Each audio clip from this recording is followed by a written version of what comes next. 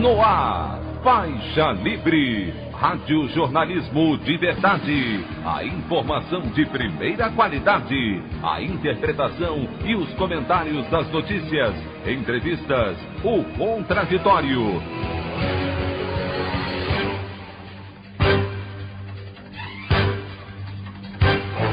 Tudo para aproximar você cada vez mais da realidade do Brasil e do mundo.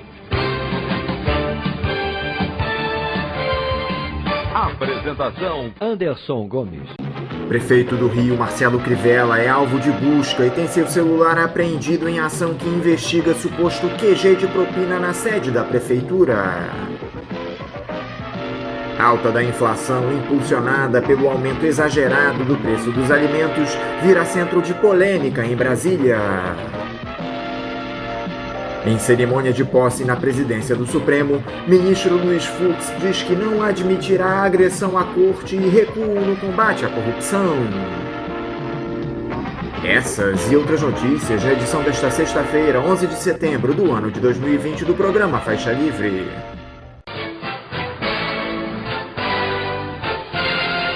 O comentário de Anderson Gomes.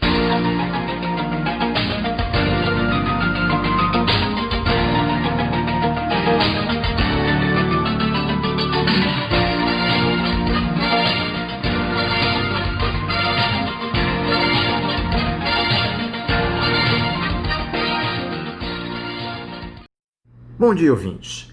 A situação do prefeito do Rio, Marcelo Crivella, só se complica. O chefe do executivo no município foi alvo ontem de uma operação do Ministério Público e da Polícia Civil que fez buscas tanto na sede da prefeitura, no centro, como na casa de Crivella, que fica no bairro da Barra da Tijuca, no zona oeste da cidade. O prefeito teve seu celular apreendido. Esta ação foi um desdobramento da Operação Hades, que investiga um suposto QG da propina da Prefeitura do Rio. De acordo com as investigações, empresas que se interessavam em fechar contratos ou tinham dinheiro a receber do município entregariam cheques a Rafael Alves, irmão de Marcelo Alves, então presidente da Rio Tour. Em troca, Rafael facilitaria a assinatura dos contratos e o pagamento das dívidas.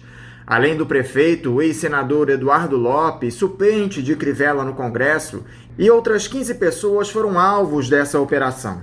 Não vou me alongar muito a respeito deste tema, pois trataremos dele com calma na próxima segunda-feira. Mas agora eu gostaria de voltar a um assunto importante, que é a troca na presidência do Supremo Tribunal Federal, ocorrida também na última quinta. Para isso, farei mais uma vez a leitura da coluna do jornalista Bernardo Melo Franco, do jornal O Globo, a respeito. O título do texto é "Fux terá que escolher". A despedida de Dias Toffoli resumiu bem a sua gestão à frente do Supremo. Enquanto os ministros da corte faziam os salamaleques de praxe, Jair Bolsonaro adentrou o plenário cercado de aliados. Sem aviso e sem cerimônia, o capitão se refestelou numa poltrona e passou a acompanhar os discursos. Não foi o único momento constrangedor da tarde. Indicada por Bolsonaro, o procurador Augusto Aras comparou o presidente do Supremo às flores do cerrado. No auge da seca, os ipês nos dão o melhor de si, embelezando a relva ressequida, filosofou. Em nome da OAB, o advogado Marcos Vinícius Furtado Coelho disse que a coragem é a característica central de Toffoli. Essa ninguém poderia imaginar. Mais cedo, em visita ao Congresso, Toffoli já havia recebido uma curiosa homenagem do presidente do Superior Tribunal de Justiça. Todo poder emana do povo, e o Toffoli é povo, o Toffoli é poder, afirmou o ministro Humberto Martins. O senador Davi Alcolumbre identificou no presidente do Supremo a coragem dos grandes líderes. E modesto, Toffoli concordou com tudo e descreveu sua própria gestão com as palavras independência e altivez. Convidado a discursar no Supremo, Bolsonaro relembrou a colaboração do ministro com seu governo. Até nos surpreendeu na sua capacidade de antecipar problemas e apresentar a solução antes mesmo que fosse procurado, elogiou. Pareceu uma referência à canetada que suspendeu por 5 meses as investigações contra o primeiro filho, Flávio Bolsonaro. Toffoli dará lugar a Luiz Fux, que toma posse hoje. O ministro vai comandar o Supremo até setembro de 2022. A múltiplos interlocutores, ele tem prometido descolar o Tribunal dos Interesses do Planalto. Ontem, o capitão sugeriu o contrário ao cometer uma indiscrição e reproduzir uma conversa entre os dois. Vossa Excelência falou para mim, o que eu precisar do STF, assim como eu tive com Dias Toffoli, terei também com Vossa Excelência, contou. Pelo visto, o novo presidente do Supremo precisará escolher alguém para desapontar. A opinião do Faixa Livre. Bandeirantes, 1360. Estamos apresentando Faixa Livre. Voltamos a apresentar Faixa Livre. Estamos de volta, ouvintes, com isso da edição de hoje do programa Faixa Livre, que tem na sua produção a jornalista Celeste Sintra, auxiliada pela também jornalista Natália Moraes, tendo no comando do áudio o Francisco. Meu bom dia a todos. E meu bom dia também a você, que pode aqui participar nos enviando mensagens eletrônicas para o endereço ouvinte@programafaixalivre.com.br ou ainda registrando suas participações diretamente nas nossas redes sociais. No Facebook, nossa página é o Programa Faixa Livre. No Twitter e no Instagram, para deixar o seu recado, basta seguir os perfis @PGM Faixa Livre. Lembrando que as participações por telefone estão inviabilizadas, pois durante o período da pandemia do novo coronavírus, nosso programa está sendo gravado no dia anterior à sua veiculação. Pedimos desculpas aos nossos ouvintes que costumam interagir conosco desta forma, mas foi a maneira encontrada pela equipe do Faixa Livre para mantê-los informados sobre o que acontece no país e no mundo com essa nossa visão crítica, e ao mesmo tempo preservando a saúde dos profissionais que levam o programa ao ar. O Faixa Livre pode ser acompanhado também pelo nosso aplicativo para celulares com sistema operacional Android. O nome do aplicativo é Programa Faixa Livre. Os ouvintes também têm acesso à transmissão pelo nosso site, o www.programafaixalivre.com.br, ou pela página da Associação de Engenheiros da Petrobras, a AEPET, uma das nossas entidades patrocinadoras, no www.aepet.org.br. Para quem perdeu alguma das edições ou quer ouvir novamente o Faixa Livre, os áudios das entrevistas e editoriais estão disponíveis no nosso podcast, nos aplicativos Spotify, Deezer e Castbox. E dando início às nossas entrevistas, eu cumprimento o dirigente do PSTU e membro do CSP com Lutas, Ciro Garcia. Ciro Garcia, bom dia. Bom dia, Anderson. Bom dia, ouvintes do Faixa Livre.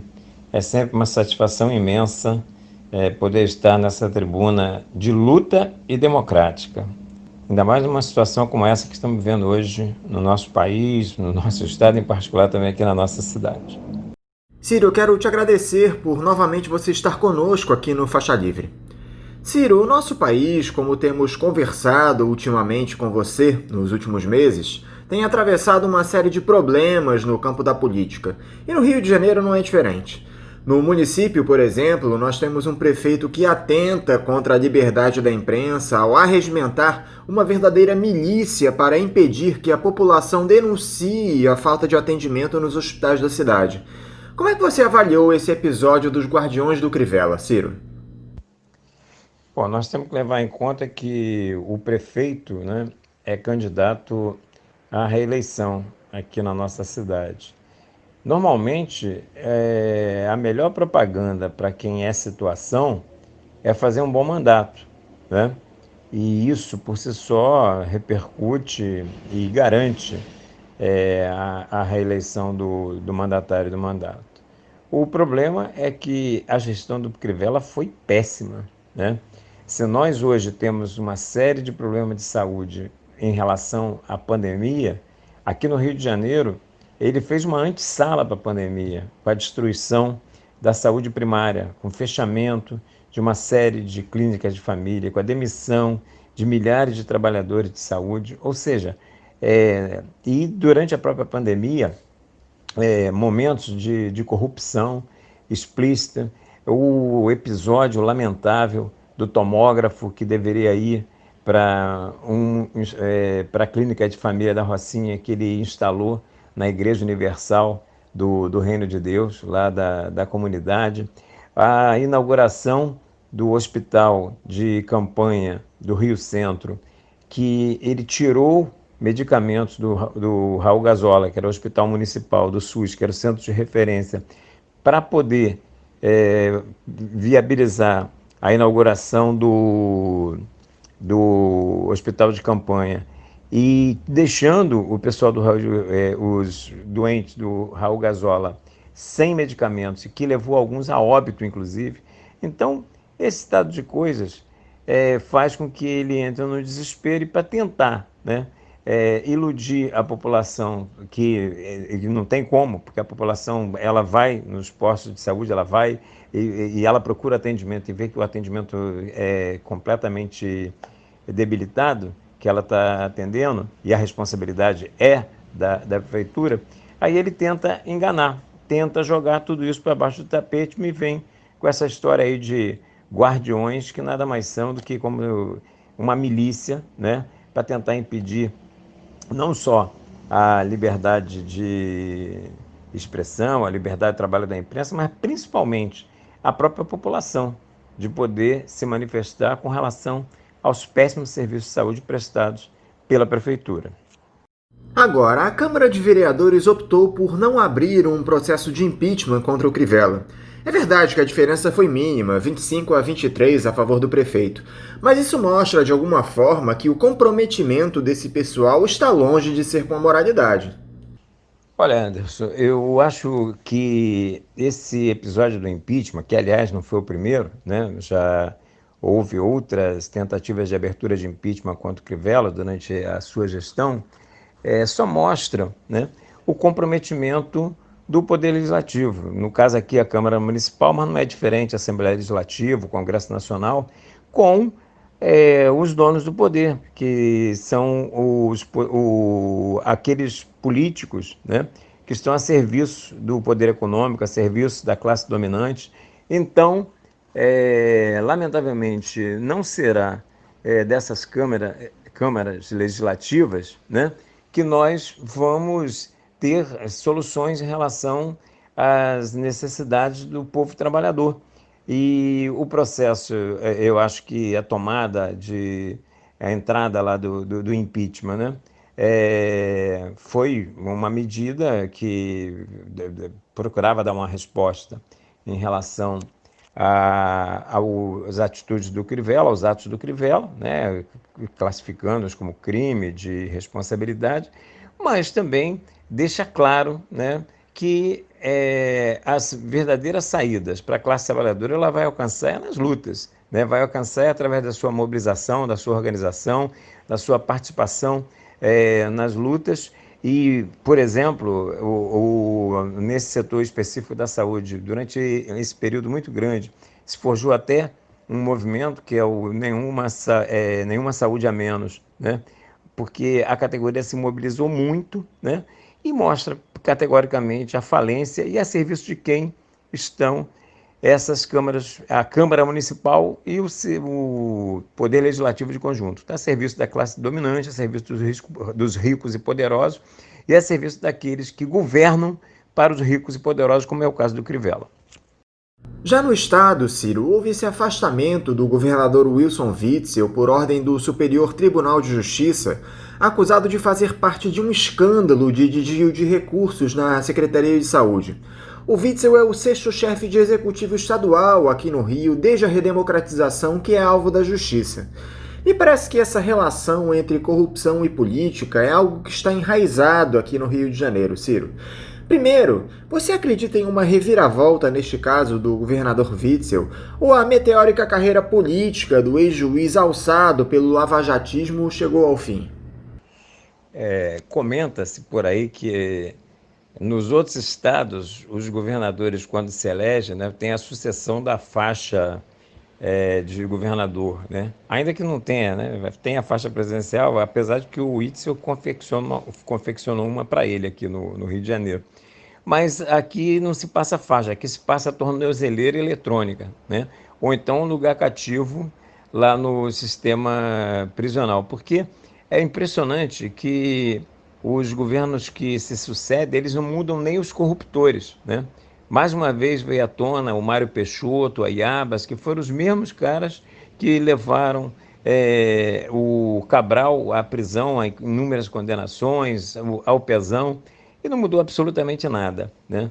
O Witzel se demonstrou um político de muito pouco talento, é um cara que se construiu na onda bolsonarista, né? Se elegeu naquela tsunami bolsonarista do processo eleitoral e imediatamente a primeira coisa que o cara faz é dizer que quer ser candidato a presidente nas outras eleições. Bom, sem falar os absurdos, né? Que foi o seu mandato em relação, principalmente na questão da segurança, promovendo uma política de segurança genocida, racista, né? Com as operações nas favelas, assassinando a juventude negra envolvida ou não com o tráfico, matando muitas pessoas inocentes, como foi o caso da Ágata Vitória, do João Pedro lá em São Gonçalo, João Vitor na Cidade de Deus, bom, e tantos outros casos, né? E para coroar tudo isso, a corrupção, né? Então, acho que a situação dele é muito difícil de ser revertida, ele está isolado na Assembleia Legislativa, uma Assembleia Legislativa que também, sob suspeita total, nós não podemos esquecer que essa Assembleia Legislativa deu posse a alguns parlamentares na cadeia, e alguns se mantêm lá ainda até hoje, né?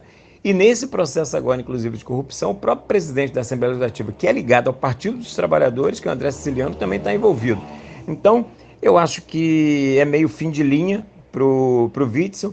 Agora, também nós temos que dar um fim de linha total, até porque, do ponto de vista constitucional, nós temos ainda, como ainda está dentro dos 2 anos, a possibilidade de eleições gerais. Então, a nossa luta tem que ser por fora Witzel, fora Cláudio Castro e fora essa Assembleia Legislativa. Eleições gerais no estado do Rio de Janeiro.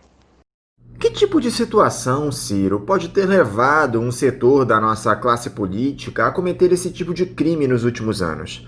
Seria uma sensação de impunidade, de que seus eleitores não se importam com esse tipo de prática porque isso seria obra de perseguição dos opositores?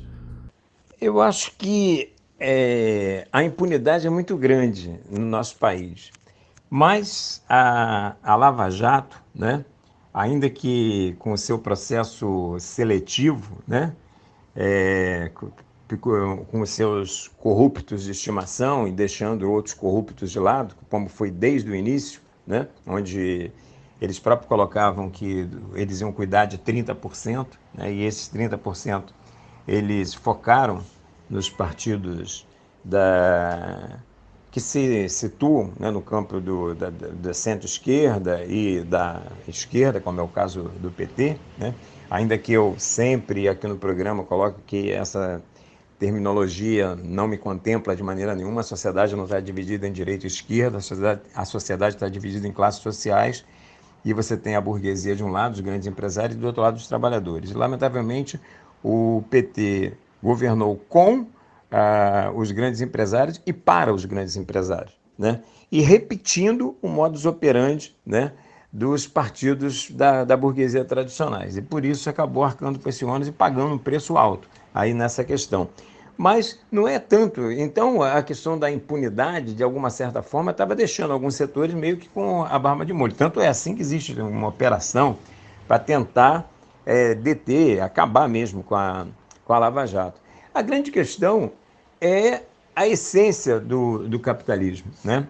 A corrupção é uma questão endêmica no sistema capitalista, e essa coisa de se enriquecer às custas do dinheiro público é uma vergonha que existe aqui no nosso país, mas não é de agora. E alguns não têm limites, né? Dizem que uma das declarações do Cabral na prisão, lá para os seus, para o pessoal que estava com ele, em algum momento de sinceridade, ele falou assim, eu acho que eu exagerei. É um absurdo, né, o que acontece aqui no nosso país. Mas isso tem a ver, do meu ponto de vista, muito menos com o fato da classe política, né, dos políticos que estão a serviço aí dos ricos e poderosos, procurarem saber que vai ter a impunidade, e muito mais nessa questão que é endêmica do sistema capitalista, que é a questão da corrupção, que não acontece só com em relação aos políticos, não, que acontece também dentro da iniciativa privada, só que tem muito menos repercussão. Agora, é óbvio que, além de tudo, essa legislação nossa é muito condescendente com o crime de colarinho branco, né? Essa própria questão em debate sobre a questão de prisão de segunda instância, essa questão da prisão só depois do trânsito do julgado, essa questão, né, dos chamados garantistas do Supremo Tribunal Federal, como Gilmar Mendes e outros, né, que qualquer motivo para botar um empresário de colarinho branco ou para botar um político na rua, ao invés de ir atrás das grades, que deveria ser o lugar dele, porque ele cometeu um crime, né, contra a população, às vezes muito mais grave do que um crime de rua, porque mata milhões quando tira dinheiro da saúde, quando tira dinheiro da educação, quando tira dinheiro de toda uma série de setores importantes, mas que, lamentavelmente, o sistema jurídico brasileiro é voltado para favorecer a esse tipo de pessoas. Então, é claro que também, de uma certa forma, essa questão da impunidade encoraja, né, essas quadrilhas, né, que estão instaladas nos palácios, no Palácio do Planalto, no Palácio Guanabara, na Prefeitura do Rio, e se generalizam pelo país afora. A Lava Jato, Ciro, é que parece estar com os dias contados. Tivemos a saída do Deltan Dallagnol da Força Tarefa lá de Curitiba e sua punição no Conselho Nacional do Ministério Público. O Procurador-Geral da República, Augusto Aras, já se colocou frontalmente contra a Lava Jato. Só que aqui no Rio, o juiz Marcelo Bretas autorizou, na última quarta-feira, buscas contra advogados do ex-presidente Lula, do próprio Wilson Witzel e também contra o Frederic Wassef, ex-representante da família Bolsonaro, todos acusados de participarem de um esquema de desvio de recursos do Sistema S. Qual é a sua análise, Ciro, para esse embate entre uma força-tarefa que quer continuar o processo de judicialização da política e um PGR que defende com unhas e dentes os interesses de um presidente da República comprometido com ilícitos até o pescoço? Bom, nós devemos partir de um entendimento com relação a isso, que nem existe, de fato, uma autonomia e independência do ponto de vista das forças-tarefas, assim como não existe, e isso aí é público e notável, nenhuma autonomia em relação ao Procurador-Geral da República atual, o Augusto Aras. Então, na verdade, assim como na época, né, de Sérgio Moro, como o juiz lá de primeira instância de Curitiba, e acumpliciado de Deltan Dallagnol e outros, né, sempre foi uma guerra interburguesa. São setores da burguesia, setores da classe dominante ligados a forças, né, ao governo A, ao governo B, que vão instrumentalizando o Estado, né, para defender os seus interesses. Então, é público e notório a seletividade que foi o processo da Lava Jato, a atuação do Sérgio Moro, inclusive cometendo uma série de ilícitos que vão ser julgados agora pelo Supremo Tribunal Federal, que podem vir, inclusive, a conclusão de anulação daqueles processos por conta da sua parcialidade, mas isso aí são coisas, como eu falei, que vai ser definido dentro, né, da classe dominante do nosso país, dentro dos setores da burguesia, para onde que vai apontar, né? Então, se eles querem continuar que o PT continue pagando seu preço, os julgamentos vão valer. Se eles acharem que o PT pode ser útil, como foi em 2000, principalmente na primeira eleição do Lula, onde havia uma crise enorme na América Latina e com o povo, né, em todo o processo em um processo de luta amplo em vários países da América Latina, e se utilizaram do Lula como uma manobra preventiva, né, para controlar esse processo por conta da ascendência, né, que o PT tinha em relação ao movimento social, em relação ao movimento trabalhista, em relação aos movimentos sociais de uma maneira geral. Então era útil, né, para a burguesia a eleição do PT naquele momento, e por isso ele foi apoiado por uma série de setores, como Odebrecht, Banco Itaú e assim por diante. É só a gente ver lá a lista dos financiadores da campanha de Lula naquele momento, né? Em um determinado momento, o PT deixou de servir.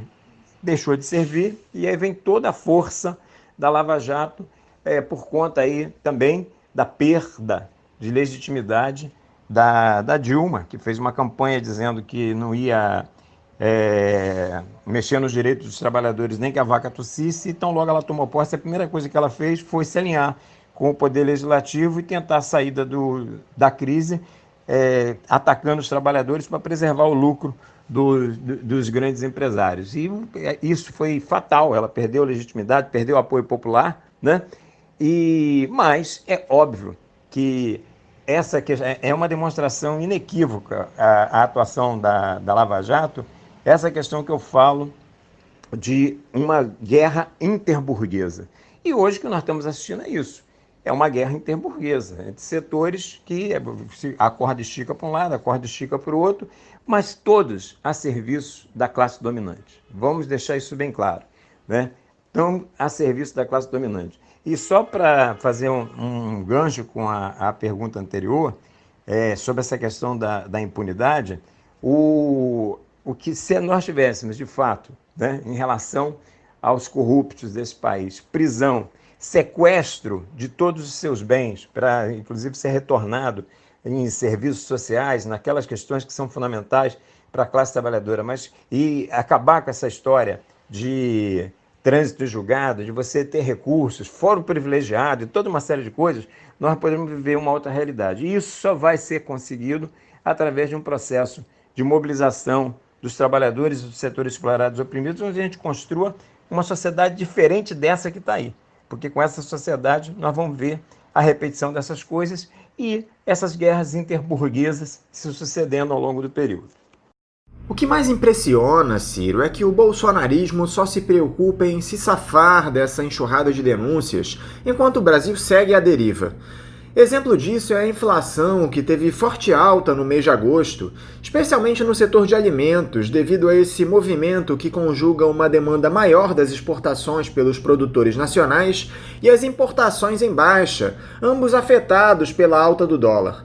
O símbolo desse processo, Ciro, é o arroz, que subiu mais de 100% nos mercados.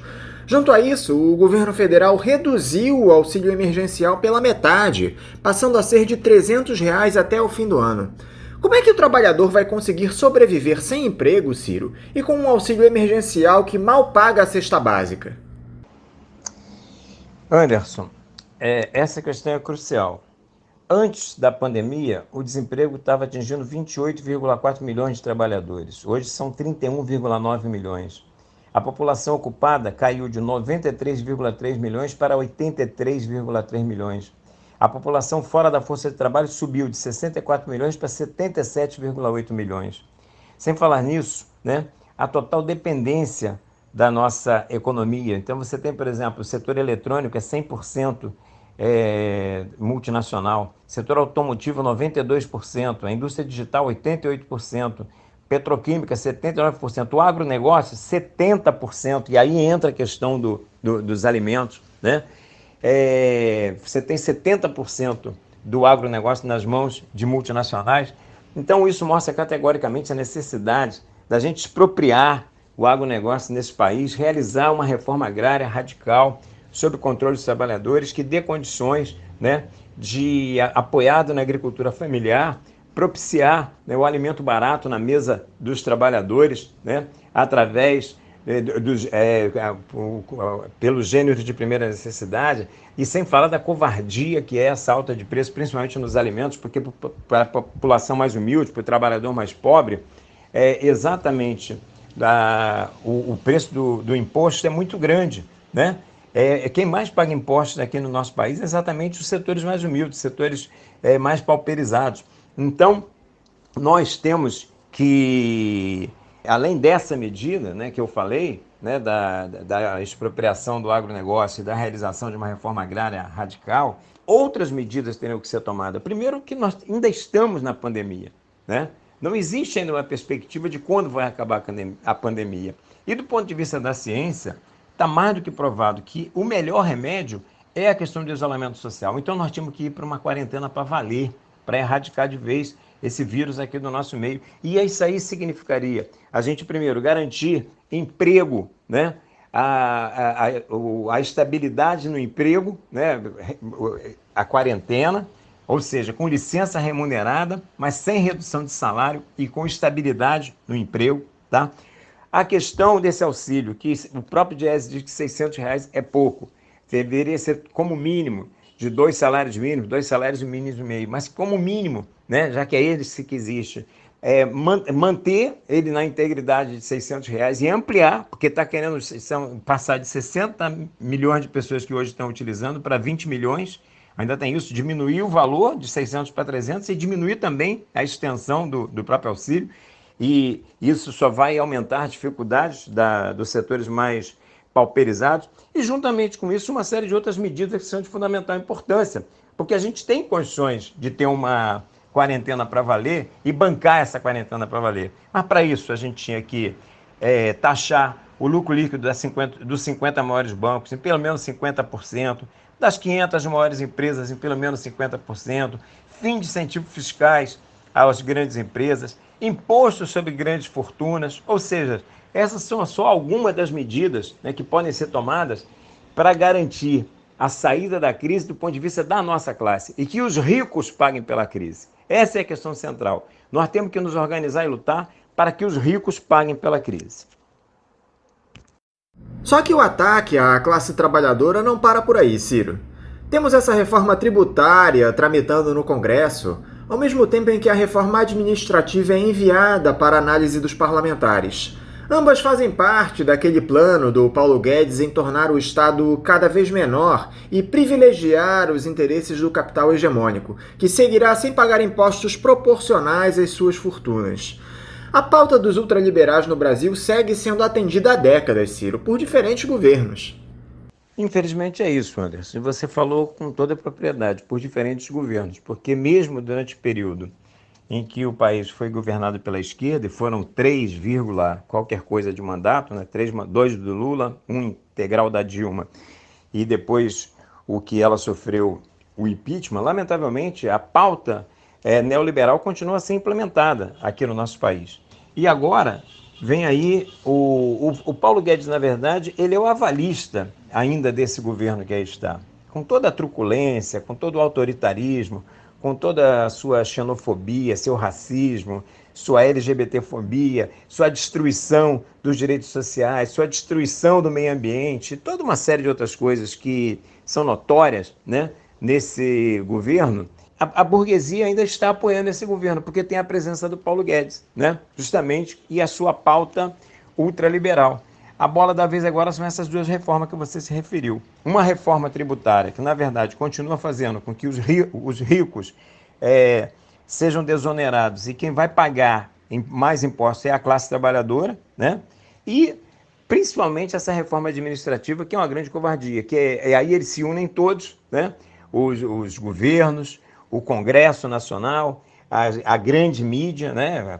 Encabeçada pela Rede Globo, como tentando jogar um setor da classe trabalhadora contra outro, dizendo que essa reforma é para acabar com privilégios, né, como a licença-prêmio e coisas assim, e não perceberem, né, que, na verdade, o que está se fazendo é um brutal ataque aos servidores públicos, mas que, em última instância, quem mais vai ser atingido é a classe trabalhadora mais humilde, a classe trabalhadora mais pobre, porque é ela que precisa dos serviços públicos, né? E que, primeiro, os setores privilegiados, de fato mesmo, né, ali do Estado, esses eles não vão tocar, né? Ali no judiciário, nos juízes, nos altos oficiais das Forças Armadas, lá no Poder Legislativo, o próprio salário, né, dos parlamentares, esse absurdo dessa bicameralidade. Eles podiam acabar, por exemplo, com o Senado e ia fazer uma economia enorme para a população, para a nossa nação, e podia ser revertido tudo isso em uma série de questões e não ia fazer falta nenhuma. Mas esse tipo de coisa eles não vão fazer. Eles querem sim acabar com a estabilidade no emprego, né? Acabar com o concurso público para que as pessoas possam ser admitidas no serviço público através do método do fisiologismo, do compadrismo, do nepotismo, né? Todo mundo tem que ser o amigo do amigo, do amigo do amigo para poder entrar. E quando, na verdade, quando você tem a questão do servidor público com estabilidade, é a forma de que os governos passam, mas os serviços, né, que são inerentes ao Estado, eles permanecem. O Estado está acima dos governos que passam, né? E, concretamente, é isso que dá condições, por exemplo, a um servidor de não ceder a uma pressão para fazer uma coisa errada, para participar de um ato de corrupção, porque ele tem a estabilidade dele, que é conquistada, né, na Constituição de 1988, é conquistada através da luta, e é isso que eles querem acabar. Eles querem fragilizar, inclusive, professores universitários, porque, por exemplo, a direita vive reclamando, né, de que o ensino só tem doutrinadores, né, da esquerda, né? Então, pô, é uma demonstração cabal da incompetência da direita. Ou ela não tem realmente nenhuma... Como os concursos são públicos, ou ela, por um lado, não liga mesmo para a educação, que é uma hipótese bastante 100% certa, e segundo, também não tem capacidade para entrar, porque não conseguem entrar através do concurso público. Então, vai ter que fazer o quê?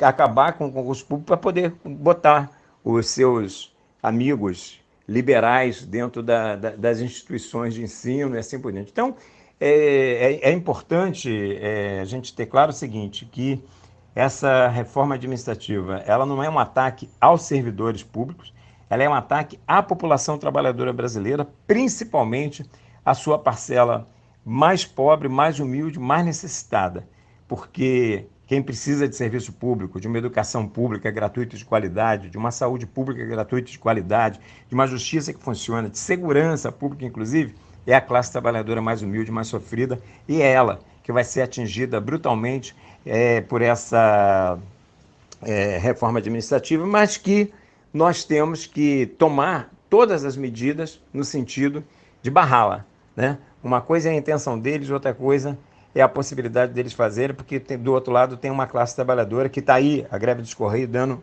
uma demonstração de que a classe pode resistir. Não bastasse tudo isso que nós já citamos, Ciro, a Petrobras, sob comando de Roberto Castelo Branco, ofereceu um acordo coletivo de trabalho ultrajante aos sindicatos, sem aumento salarial este ano e apenas com correção pela inflação em 2021. A Federação Nacional dos Petroleiros já sinaliza uma paralisação dos trabalhos para reivindicar seus direitos, já que a negociação com a estatal é sempre muito difícil. Os trabalhadores dos Correios seguem em greve desde o mês passado. Os bancários também estiveram em estado de greve. Como é que o trabalhador consegue se dedicar às suas obrigações mínimas, Ciro, se o Estado só faz retirar direitos? Para o PSTU, como é possível resistir a tudo isso? Anderson, como eu falei anteriormente, os Correios estão dando um grande exemplo para o conjunto da classe trabalhadora, né? É uma categoria bastante dos setores estatais, é a que tem os mais baixos salários, uma presença muito grande de negros e negras nos seus quadros, uma categoria que sofreu uma covardia enorme de 76 cláusulas, a empresa, cláusulas sociais, a empresa está querendo tirar 70, e por isso a resposta dos trabalhadores, e os trabalhadores, além da privatização, né, além da privatização, que é um outro objetivo desse governo, né? E os trabalhadores estão dando uma resposta à altura, uma greve nacional radicalizada, com ocupação de centros de distribuição no interior de São Paulo, em outros lugares, e eu acho que o exemplo que os Correios estão dando tem que ser seguido pelos demais trabalhadores. Então, essa questão da unificação, as categorias que estão em database, como é o caso concreto de petroleiros, que você acabou de falar, que são os trabalhadores da Petrobras, tinham que procurar unificar esse calendário. Uma greve unificada da Petrobras com os Correios fortalece a luta dos Correios e fortalece a luta também dos trabalhadores da Petrobras. Mas, lamentavelmente, muitas vezes os dirigentes das grandes centrais sindicais, né, que envolvem a maioria das categorias organizadas, perdem essas oportunidades por não confiar, inclusive, na luta e na disposição de luta da classe trabalhadora, né?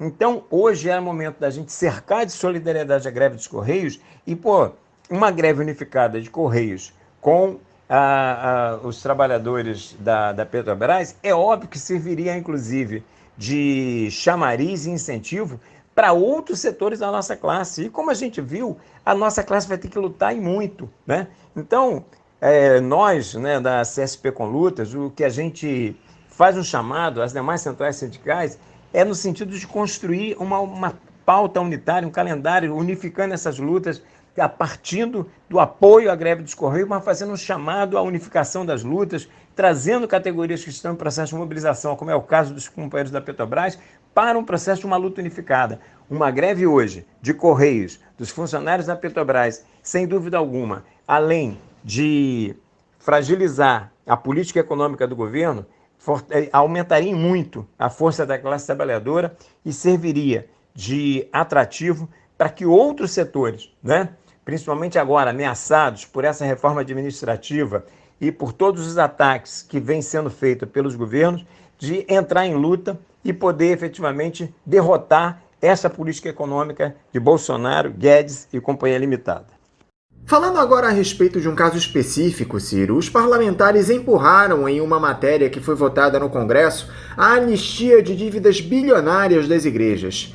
Pior é que alguns deputados do PT e toda a bancada do PCdoB apoiaram esse absurdo. Como é que você observou esse episódio, Ciro?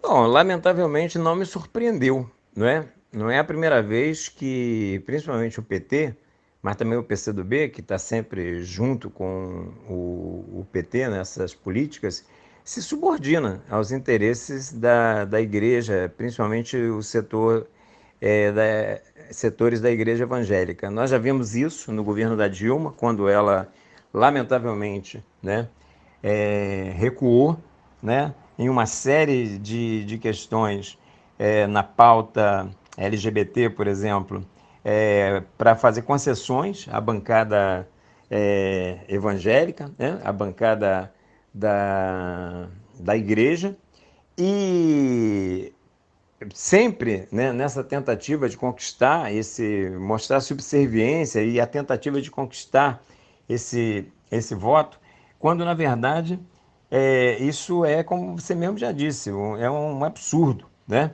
Essas igrejas, muitas delas são verdadeiros negócios, verdadeiras empresas poderosas, como é o caso da Universal do Reino de Deus, com televisão, com cadeias de rádio, com toda uma série de coisas, e empresas voltadas para o lucro que enriquece, né? Um monte de pastores pilantras explorando a boa-fé e a fé, né, das pessoas que têm a sua crença, que têm a sua religiosidade, mas que são manipuladas por essas pessoas. E, lamentavelmente, isso é só mais uma demonstração, né, de quanto essa oposição parlamentar de esquerda ela se mostra subserviente, né, aos interesses do grande capital, porque a igreja está aí também para defender os interesses do grande capital e, lamentavelmente, isso que você falou é público e notório. E quando eu falo, né, muitas vezes, aqui você pegou uma questão pontual, que foi o caso aí da votação da anistia das dívidas da igreja. Mas é lamentável que, por exemplo, na votação da PEC do orçamento de guerra, né, o próprio PSOL tenha votado junto com o PT e o PCdoB sem nenhuma contrapartida para a classe trabalhadora.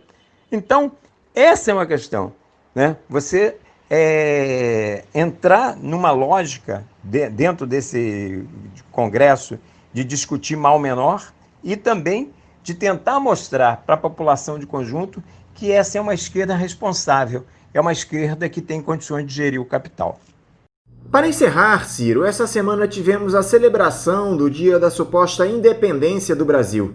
Tanto Bolsonaro como o ex-presidente Lula fizeram discursos na ocasião. O Bolsonaro tentando se posicionar como um estadista e o Lula se colocando à disposição do país para a superação deste momento difícil. Dá para confiar em algum desses dois discursos, Ciro? Olha, Anderson, eu acho assim, muito oportuna essa sua pergunta. Primeiro, em relação à independência, né, eu já tive a oportunidade de anteriormente aqui na entrevista me referir a esse ponto. Na verdade, nós precisamos de uma verdadeira independência, né? Nós somos um país que é praticamente uma colônia dos interesses dos Estados Unidos, agravada agora com esse governo Bolsonaro, e também dos grandes países imperialistas europeus, né? A partir de uma posição consciente da burguesia brasileira, dos grandes empresários, na divisão internacional do trabalho em relação aos países, né, fazer do Brasil uma mera plataforma de exportação de commodities, exportação de grãos, exportação de carne, exportação de minério, não levando em consideração o potencial enorme que nós temos, um país riquíssimo, com um parque industrial, um país que tem o maior celeiro de biodiversidade do mundo, a quantidade de recursos hídricos. Bom, são tantas as coisas que nós podemos falar do Brasil, que se nós de fato, né, tivéssemos um país independente, nós seríamos um dos principais países do planeta. Nós seríamos um país de primeiro mundo. Lamentavelmente, desde a colônia, passando por todas essas fases da República, o Brasil muda de status político, né? Passa de colônia para império, de império para república, mas a essência da lógica, né, ela permanece a mesma. Você tem uma classe dominante, que toda ela voltada para um papel de subserviência do Brasil em relação às grandes potências imperialistas, notadamente os Estados Unidos e as potências imperialistas europeias. E em relação ao Bolsonaro e ao Lula, bom, o Bolsonaro nós estamos vendo aí, é uma tragédia. É lamentável que, num momento desse de pandemia, nós tenhamos os piores governos, né? Aqui no Rio de Janeiro, então, nem se fala. Bolsonaro, Witzel, Crivella é dose, né? Mas o papel do Bolsonaro, né, em toda essa pandemia, o negacionismo, a negação da ciência, a minimização da própria pandemia, o boicote, né, a quarentena o tempo todo, tudo isso é óbvio que esse cara é responsável por milhares dessas mortes. O fato de você ter uma pandemia e não ter ter um general à frente do Ministério da Saúde. Então, isso por si só já se fala muita coisa. A grande sorte dele é a própria pandemia, né? Porque, lamentavelmente, a pandemia faz com que os setores mais responsáveis não possam, nesse momento, estar organizando grandes mobilizações de massa nas ruas para pedir o fora Bolsonaro e Mourão já, que é a nossa luta. Nós não podemos esperar Bolsonaro chegar a 2022, nós temos que derrotar esse governo antes disso. Lamentavelmente, essa oposição parlamentar acaba fortalecendo essa perspectiva quando faz essa discussão da necessidade de construção de uma frente ampla eleitoral, mas visando o quê? Visando as eleições de 2022. Isso aí é uma tragédia para a classe trabalhadora, porque nós temos que derrotar Bolsonaro e Mourão já, agora. E em relação ao Lula, quando tem essa posição magnânima de se oferecer, né, como uma saída para os trabalhadores, nós já conhecemos. Lamentavelmente, o PT é parte integrante desse processo, não só do ponto de vista da implementação do programa neoliberal, como muito bem você mesmo colocou aqui ao longo da entrevista, mas mais que isso, por ter sido um dos responsáveis, inclusive, pela própria eleição do Bolsonaro, a partir do momento que houve uma grande parcela da população que se decepcionou com essa política, esse modus operandi de uma política de conciliação de classe, de governar com a burguesia e voltada para os interesses da burguesia e repetindo o modus operandi dos partidos tradicionais da burguesia, que é o da corrupção e do fisiologismo e outras coisas mais. Então, nem Bolsonaro é saída, e Lula também não é saída e já demonstrou que não é. Então, o que nós temos que forjar nessa luta pelo fora Bolsonaro e Mourão é a construção de uma alternativa de fato para a classe trabalhadora que rompa, né, que aponte para a ruptura com esse sistema capitalista, porque não tem saída possível para a classe trabalhadora dentro dos marcos do capitalismo. Então, nós temos que apontar para uma saída de ruptura com o sistema capitalista, de construção de um governo de trabalhadores sem corruptores, sem patrões, apoiado em conselhos populares, apoiado em conselhos formados em locais de trabalho, locais de moradia, locais de estudo, onde efetivamente a classe trabalhadora possa assumir o protagonismo que ela já tem ao ser ela a construtora das riquezas. Lamentavelmente, a gente vive num sistema onde quem constrói a riqueza não se apropria e não usufrui dessa riqueza. Então, nós temos que mudar isso. E concretamente, uma das piores tragédias para nós é essa dicotomia Bolsonaro-Lula, Lula-Bolsonaro.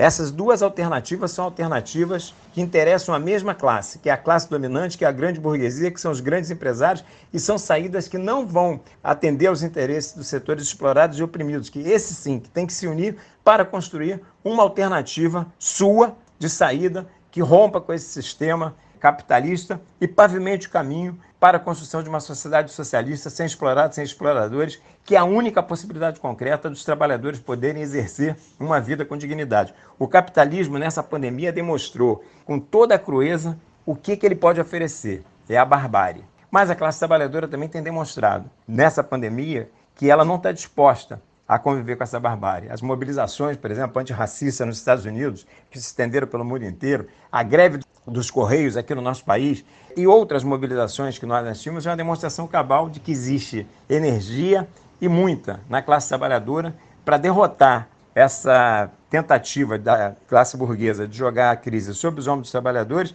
e, no bojo dessas lutas, a gente forjar a construção de uma alternativa que seja uma alternativa de luta socialista e revolucionária.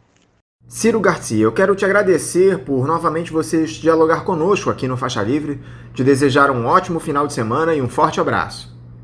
Valeu, Anderson. Eu é que agradeço a possibilidade de estar aqui novamente nessa tribuna de luta democrática, como eu gosto de dizer, principalmente no momento que nós estamos atravessando no nosso país, onde a gente precisa de muita luta e garantir, de fato, a democracia, né, que toda hora está sob ameaça, aí, se depender desses governos autoritários que hoje nós temos aqui no nosso país. E é isso, vamos estar na luta aí, principalmente para botar, não vamos esperar 2022, fora Bolsonaro e Mourão já, fora o Witzel, fora Cláudio, fora a Assembleia Legislativa, eleições gerais aqui no Rio de Janeiro, e o Crivella, as eleições vão cuidar dele. Um abraço para você, Anderson, e um abraço para os ouvintes do Faixa Livre.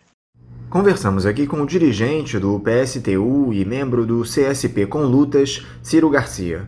Vamos agora ao nosso primeiro intervalo. Voltaremos já já. Voltamos a apresentar Faixa Livre. Estamos de volta, ouvintes, e agora eu já cumprimento o professor de Economia da Universidade Federal Fluminense, Marcelo Carcanholo.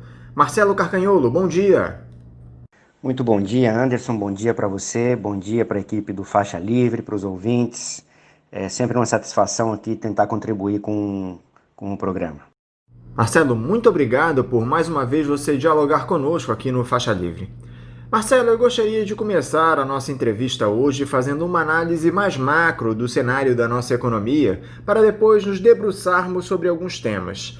Como era de se esperar, nós tivemos essa queda recorde do Produto Interno Bruto no segundo semestre, que nos jogou para um quadro de recessão.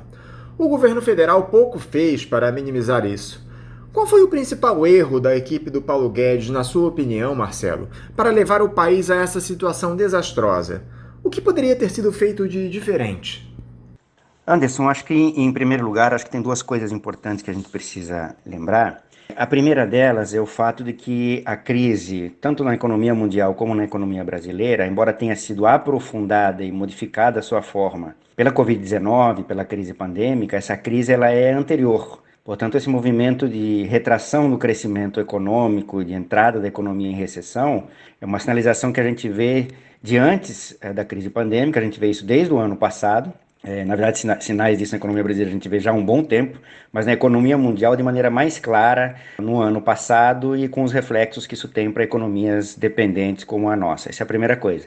A segunda coisa que a gente tem que lembrar, em questão nessa relação com ambientes mais macro, é o fato de que todas as economias no mundo, umas mais, outras menos, mas responderam de forma proativa aos impactos da crise pandêmica, justamente aumentando a participação do Estado, seja no aumento da concessão de crédito público, até por meios indiretos, ofertando mais crédito para que o próprio sistema monetário e financeiro ampliasse o crédito, mas também com a política fiscal procíclica ativa, fazendo com que o Estado não só gastasse mais, tanto em termos de gastos públicos, investimentos públicos, mas também de incremento de políticas sociais, que por mais sejam compensatórias, focalizadas, contribuíram para diminuir o impacto na redução da renda na população, das famílias e, portanto, diminuir o impacto dessa crise pandêmica na economia. O principal erro do governo brasileiro, da equipe do Paulo Guedes, portanto, foi, primeiro, insistir nessa concepção de redução do Estado para combater a economia. Eu me lembro que assim que estoura a crise, o governo vem a campo para dizer que a melhor forma de combater a crise é justamente aprofundar tanto os ajustes como as reformas, e dentro dessas reformas estava sinalizado já a ampliação do programa de privatização. Portanto, o governo vem apostando, mesmo antes da crise, num programa de redução do papel do Estado, apostando numa retomada do investimento privado, principalmente puxado pelas privatizações. O que a gente vem vendo desde o ano passado é que essa aposta está se mostrando totalmente equivocada. Além disso, o outro erro do governo foi quando ele deu a mão à palmatória e se viu obrigado, no segundo momento, a de alguma maneira ampliar os gastos do Estado, seja para implementar algum tipo de política social como auxílio emergencial, o fez de maneira muito tímida. Claro que é melhor do que nada, mas o fez de maneira muito tímida, com valores inferiores ao salário mínimo e com um período de pagamento muito curto, foi prorrogado agora, mas muito curto até o final do ano, e essa prorrogação aconteceu com redução ainda de um valor que já era insuficiente para as famílias poderem atender às suas necessidades. Por outro lado, concessão de crédito público, a política monetária anticíclica, ela ocorreu, mas ela foi feita de maneira tímida e o principal problema foi feita num ambiente de grande incerteza da economia e, portanto, a oferta desse crédito via setor privado acabou empossada no sistema bancário, que acabou não repassando esse crédito para empresas, pequenas, médias empresas, e se quando o fez a taxa de juros muito altas ou em condições de pagamento que criaram uma impossibilidade de pagamento e, portanto, essas empresas acabaram não tomando esse crédito. O que significa dizer que a política monetária pró-cíclica do governo anticíclica acabou sendo inócua. Seria muito mais eficiente um crédito público direto para empresas que não passasse pelo sistema bancário privado e uma política fiscal e política social de fato proativa do Estado, que mantivesse um nível de renda maior, pelo menos do que está sendo garantido por esse auxílio emergencial, e a expansão dos investimentos públicos. Evidentemente que isso ia ter um impacto no déficit público, no aumento da dívida pública, mas isso são os custos de curto prazo de combater os efeitos da crise pandêmica. Esse custo, todas as economias no mundo, umas mais, outras menos, resolveram bancar esse custo e acabaram respondendo de maneira mais proativa. Então, o principal erro da equipe do Paulo Guedes foi, do meu ponto de vista, do governo Bolsonaro, continuar mantendo a crença de que menos Estado e a ampliação do setor privado via privatizações seria uma forma de garantir algum tipo de dinâmica de crescimento. Isso não aconteceu nem antes da crise pandêmica, nem agora durante, e não vai acontecer depois que passar a crise pandêmica. Portanto, a sinalização é a pior possível, mesmo para depois passar os efeitos da crise pandêmica. Agora, ao invés de ampliar os gastos, Marcelo, o governo envia uma proposta de orçamento para 2021 ao Congresso com uma série de cortes em áreas fundamentais como saúde, educação e infraestrutura, e privilegia o Ministério da Defesa. É a fórmula perfeita para que a crise se amplie, não é, Marcelo? A redução dos investimentos públicos em um cenário crítico como esse. Exatamente, Anderson. Como eu te falei antes, essa proposta do orçamento para o ano que vem é mais um indicador, é uma explicitação de qual é a estratégia econômica do governo, de redução do papel do Estado, cortes em setores essenciais, educação, além de uma redução da participação do Estado, uma composição dessa participação do Estado, do orçamento público, que privilegia setores como os militares, mas outros também, que não dão nenhuma dinâmica à economia, mantêm privilégios e não contribuem para a criação de elementos cruciais para que a economia possa retomar crescimento de maneira mais estável no médio e longo prazo, ou seja, investimentos em educação, saúde, programas de investimento públicos, de ampliação de infraestrutura, etc, etc, etc. Tudo isso está, pelo menos pela proposta do orçamento para o ano que vem, denota qual é a estratégia do governo. E pelas razões que eu expliquei antes, isso, se implementado, só vai piorar o problema, ou seja, se isso continuar, se o governo continuar redobrando sua aposta na sua estratégia, na sua política econômica, econômica. O que nós teremos para, mesmo depois de passar a crise pandêmica, é o aprofundamento, a manutenção da recessão, da depressão pela qual passa a economia brasileira. É bem possível que lá adiante a gente veja alguma retomada do crescimento da economia mundial, bem mais lá adiante. Isso pode dar algum fôlego para a nossa economia aqui, em função do ambiente externo, mas dada a estratégia e a política econômica do nosso governo, isso significa que a economia brasileira, se em algum momento voltar a ter algum ritmo econômico, vai ser de maneira mais lenta se comparado com a média da economia mundial. Um dos efeitos colaterais desse processo, Marcelo, foi a alta da inflação registrada no mês de agosto, impulsionada especialmente pelo setor de alimentos. Explica aqui para os nossos ouvintes, por favor, por que a inflação sobe se a capacidade de consumo da nossa população, um dos propulsores da alta de preços, só faz diminuir ao longo do tempo. Pois é, Anderson, a gente vive uma situação atualmente na economia brasileira que chega a ser bizarra. Quer dizer, essa situação de estagflação, uma economia em recessão, em depressão, com o crescimento da inflação como sinalizado agora em agosto, foge um pouco à tendência. A tendência é que os preços sejam procíclicos, ou seja, quando a economia tem algum ritmo acelerado de crescimento, isso tende a pressionar preços. Quando a economia está em depressão, em recessão, é justamente porque a capacidade de consumo e a demanda está restringida, a tendência é que você tenha uma redução de preços, não necessariamente uma deflação, mas pelo menos um não aumento dos preços. O que nós vivenciamos hoje é justamente uma situação de estagflação, ou seja, aprofundamento da recessão, da depressão, com aumento da inflação. E de onde vem esse aumento da inflação? Tem alguns fatores, mas o principal é que, mesmo que nós estejamos em recessão, é o fato de que a taxa de câmbio da economia brasileira mostra já há algum tempo um processo de desvalorização, de depreciação em relação às moedas internacionais. Essa desvalorização do câmbio brasileiro reflete, dentre outras coisas, justamente a desconfiança dos capitais internacionais, ou seja, você tem uma desvalorização do câmbio justamente porque você tem uma saída líquida de capitais, o que reflete uma desconfiança dos capitais internacionais a essa política econômica, essa estratégia econômica do governo que nós mencionávamos e comentávamos anteriormente. Esse aumento da taxa de câmbio tem um duplo impacto. Por um lado, do ponto de vista dos setores exportadores, isso tende a aumentar os benefícios dos setores exportadores, tende a aumentar as exportações. Qual é o reflexo disso? É que o aumento das exportações significa o aumento da proporção da produção interna que é destinada para exportação e, portanto, significa a redução da proporção da produção interna, especificamente de alimentos, que é o principal componente desse aumento da inflação em agosto, uma redução dessa produção interna de alimentos que é destinada para o mercado interno.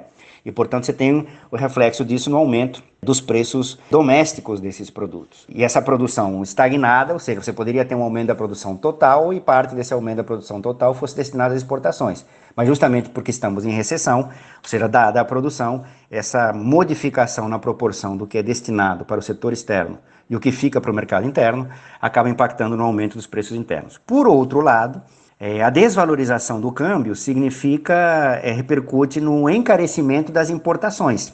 As nossas importações acabam ficando mais caras justamente porque nós temos o câmbio desvalorizado. Isso impacta no aumento dos custos, dos preços desses produtos e, portanto, no impacto dos custos, dado que vários desses produtos compõem partes essenciais da nossa estrutura produtiva. Então, você tem um aumento dos custos pela desvalorização do câmbio, o que acaba também repercutindo em aumento nos preços finais. Portanto, é isso que explica esse acompanhamento da situação de recessão e depressão com o aumento da inflação, principalmente via setor de alimentos. Portanto, nós temos o pior dos quadros possíveis. Nós estamos numa estagflação e o que tudo indica é que permaneceremos nela durante algum tempo. Como nós já comentamos, o setor de alimentos influenciou demais esse processo. Isso foi provocado, evidentemente, por uma alta das nossas exportações, combinado a uma queda vertiginosa das importações, graças ao dólar alto, o que acabou gerando desabastecimento do mercado interno. Desta forma, os produtos da cesta básica subiram mais que a inflação no país. Qual é o tipo de movimento, Marcelo, que o governo precisa fazer para reverter esse processo? Não é o Bolsonaro pedir para os donos de supermercados serem patriotas, né? Anderson, essa declaração do presidente cobrando algum tipo de patriotismo dos supermercados, como se o patriotismo tivesse algum grau de determinação em relação à demarcação e à determinação de preço, demonstra duas coisas. Uma, que esse governo está completamente perdido do ponto de vista do manuseio dos instrumentos de política econômica para combater os efeitos da crise, seja do ponto de vista da recessão, seja do ponto de vista da inflação que nós estamos vivendo agora, mas também demonstra o caráter, não consigo pensar em outra palavra, mas enfim, o caráter risível do chefe do nosso Estado, que desconhece completamente não só o funcionamento, os mecanismos de funcionamento de uma economia, mas também denota a completa falta de preparo desse indivíduo para exercer o cargo que nesse momento ele ocupa. O que daria para ser feito? Bom, o que daria para ser feito do ponto de vista lógico é justamente uma tentativa, política econômica não tem efeitos garantidos, mas tentar compensar as razões e as determinações que levaram a esse aumento mais do que proporcional dos preços da cesta básica em relação a outros produtos. Por um lado, do ponto de vista mais macro, tentar, de alguma maneira, via instrumentos não só de política cambial, mas também de política monetária, diminuir o reflexo na nossa economia do aumento da taxa de câmbio. Ou seja, essa desvalorização cambial teria que, de alguma maneira, ser contida. Não só com mecanismos de mercado, mas também pensar em algum tipo de, por exemplo, controle de capital, ou algum tipo de interferência no mercado de câmbio de maneira mais ativa pelo Estado. Isso por um lado, do ponto de vista da taxa de câmbio. Por outro lado, uma outra forma de combater esse tipo de situação seria dar algum tipo de incentivo ou subsídio para os componentes dessa cesta básica, para que o impacto do preço não fosse tão pronunciado dessa forma. Algum tipo de subsídio para os produtores desses produtos, e não para os produtores que fazem parte desse mercado, que estão numa estrutura de mercado mais concentrada, mas para produtores, para famílias, para agricultura familiar, por exemplo, que poderia ter algum tipo de expansão, subsídio para aumentar a sua produção e isso ter algum tipo de impacto na redução do preço da cesta básica. Por outro lado, o governo também deveria, de alguma maneira, sinalizar ou implementar algum tipo de medida que garantisse algum tipo de aumento no poder de compra das famílias, principalmente das mais pobres,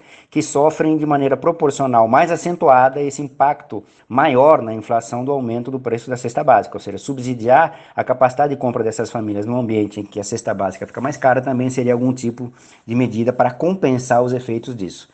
Nada disso o governo está fazendo e não há nenhuma sinalização de que ele venha fazer isso. Por isso que a gente se depara com essas declarações risíveis do governo, por intermédio do chefe de Estado, pedindo maior patriotismo do setor dos supermercados. É lamentável. Se a situação dos trabalhadores é desesperadora, Marcelo, a das pequenas e médias empresas não é muito diferente. O BNDES disse que já liberou mais de 40 bilhões no programa emergencial de acesso a crédito para salvar as empresas. Só que esse valor não atende à maioria dos pequenos e médios negócios. Para piorar, o Bolsonaro vetou a prorrogação da desoneração da folha de pagamento de mais de 6 milhões de trabalhadores, o que permitiria que as empresas substituíssem a contribuição previdenciária de 20% sobre os salários por uma alíquota entre 1% e 4,5% sobre a receita bruta. Esses negócios, Marcelo, não teriam a capacidade de impulsionar a retomada do crescimento no país? Por que o governo não privilegia as pequenas e médias empresas? Anderson, esses dois elementos aí acabam se reforçando, né? Quer dizer, o impacto mais do que proporcional da depressão, da estagflação, tanto em relação à classe trabalhadora como a pequenas e médias empresas, isso é reforçado pelo fato justamente de que, proporcionalmente, quem mais emprega, ou, portanto, quem mais insere os trabalhadores no mercado de trabalho são essas pequenas e médias empresas. Então, na hora em que a situação das pequenas e médias empresas piora ainda em relação a outras empresas, isso tende a aprofundar o impacto no mercado de trabalho dessa estagflação. Portanto, tende a contribuir para que as taxas de desemprego e também as taxas de informalidade nessa estrutura do mercado de trabalho continuem apresentando os resultados ruins e, em termos prospectivos, sinalizando de que isso, se em algum momento a economia der algum sinal de fôlego, ocorra justamente mantendo esses padrões de precariedade no mercado de trabalho. Como você bem lembrou, o governo acabou sinalizando por alguns instrumentos de política que não tem um compromisso justamente com esses setores e, portanto, com a grande participação desses setores proporcionalmente em contratar mais trabalhadores do que em outros setores. Você, como bem citou, o Bolsonaro ele vetou a desoneração da folha salarial de alguns setores.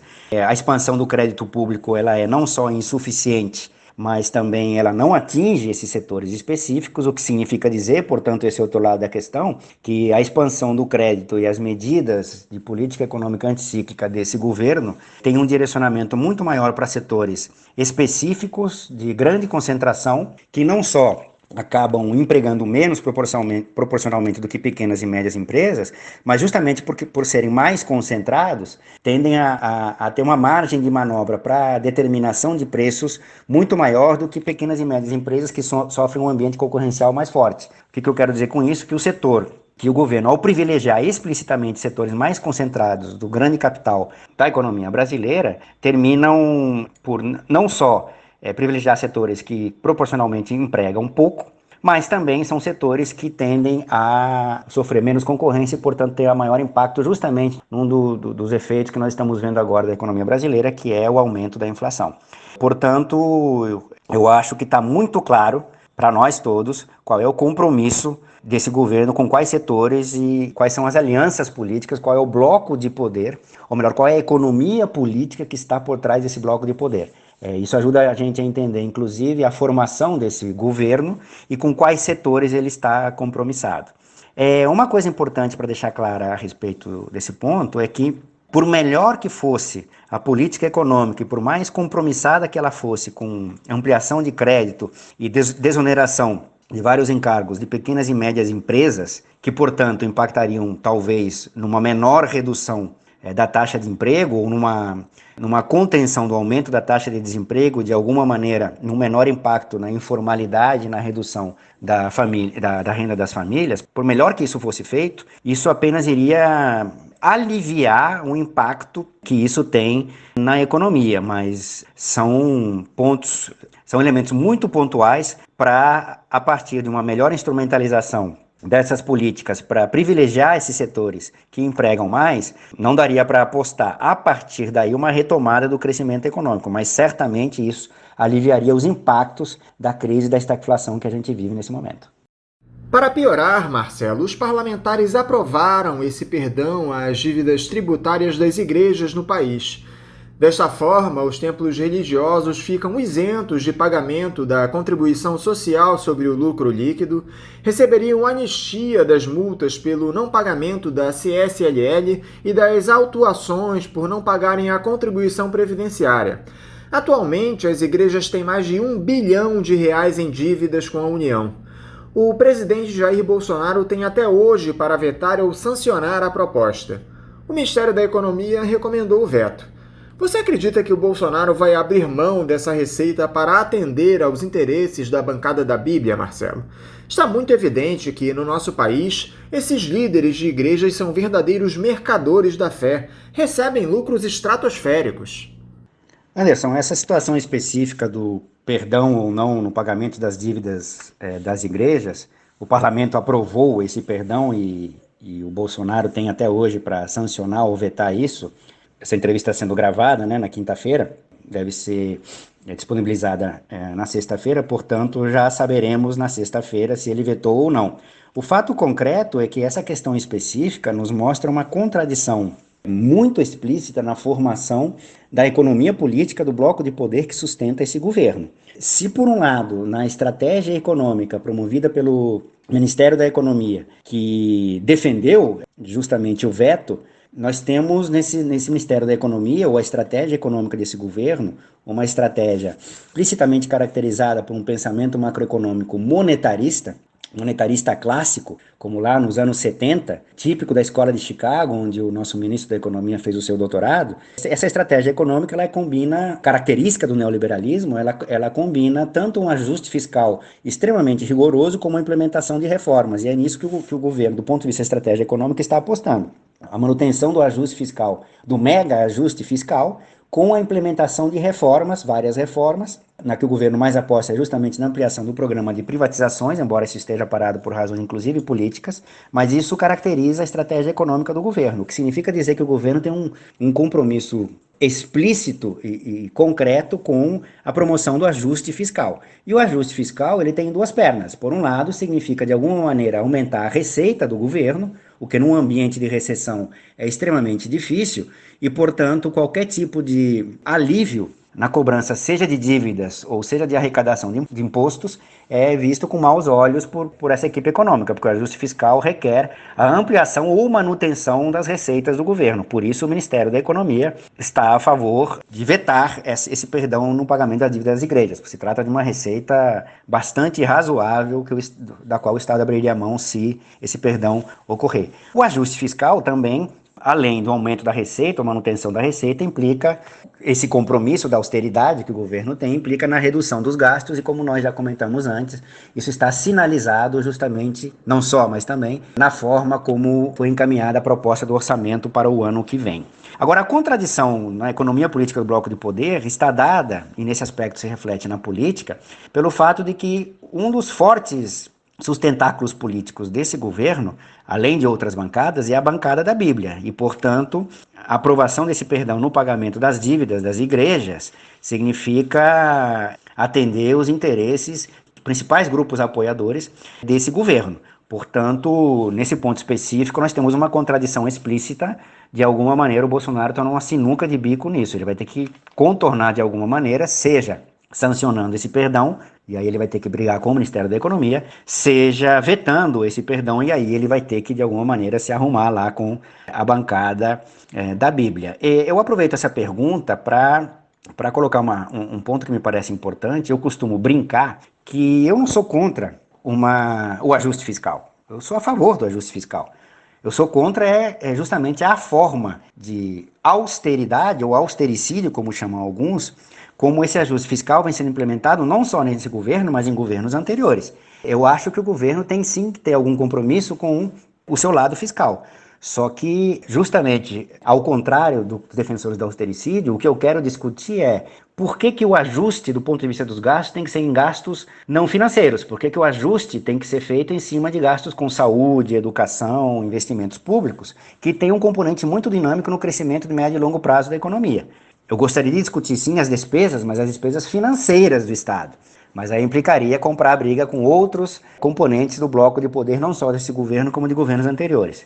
E do outro lado da balança, ou seja, do ajuste fiscal, eu também toparia muito discutir a estrutura de arrecadação do Estado brasileiro. Eu gostaria de discutir quem paga imposto no Brasil. Só que essa discussão de quem paga e, portanto, de quem não paga imposto no Brasil também contrariaria interesses de vários setores, vários grupos que compõem o bloco de poder no Estado brasileiro, não só deste governo, mas incluindo governos anteriores. Por isso é que esse ajuste fiscal de outro tipo, esse também eles não querem discutir. Marcelo, essa reforma administrativa enviada na última semana ao Congresso é mais um retrato do desmonte do Estado brasileiro, com o fim da estabilidade dos servidores, permitindo que os gestores demitam funcionários públicos quase que ao seu bel prazer. O presidente da Câmara, Rodrigo Maia, chegou a dizer que é hora do serviço público ter um olhar sobre a produtividade.